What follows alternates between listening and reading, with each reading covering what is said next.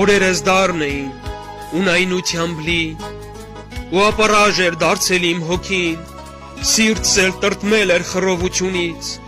բայց հանկարծ մի օր գիշերվա մթին, երբ դժվարությամբ քուն էի մտել, հանկարծ շամթի պես մի լույս ճառակեց, աչքերս բացի, մի պահ սարսափած, ինձ թվաց, թե ես երազ եմ տեսնում, այնինչ երազս երազ չէր բնավ, այլ մի իրական հայտնություն էր դա,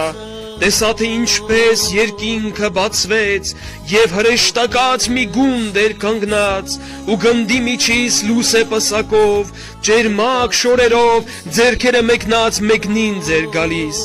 երբ նա մոտեցավ, խոցված ձեռքերով գրկեց ինձ ամուր և սեղմեց կրծքին, հետո նայելով ասեց կաթողին, ես եմ Հիսուսը, հայրը քո հավետ, իսկ դու իմ կորած անխոհեմ որդին,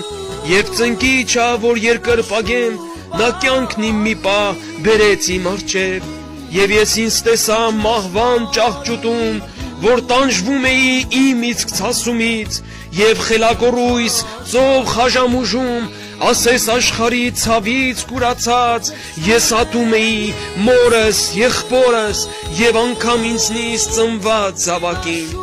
վերջում աչքերս խորբաց արեցի, տեսա հեռևում մարդկանց մի ամբոխի միջից Հիսուսն էր քայլում, ու առնաշաղախ տանջալի ծեծված խաչն իր ուսերին դեպի Գողգոթա սարն էր բարձրանում, և տեսա ինչպես սառնասրտորեն մարդիկ տիրոջը խաչը հանեցին ու անգամ այդտեղ դեռ չզղջացին, բայց ես զղջացի մեղքերիս համար ու արցունք թափվեց իմ զույգ աչքերից, իսկ երբ շրջվեցի, Տերն արդեն չկար, նա հեռացել էր իմ տեսադաշտից, և ես հասկացա, որ ինձ համար է նա արյուն թափել և ինձ համար է նա գամվել խաչին, որ իմ մեղքերն այդյամ լվանա։ Արածիս համար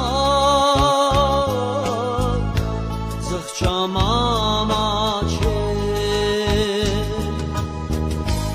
հոգուս աչքը բաց, որ քեզ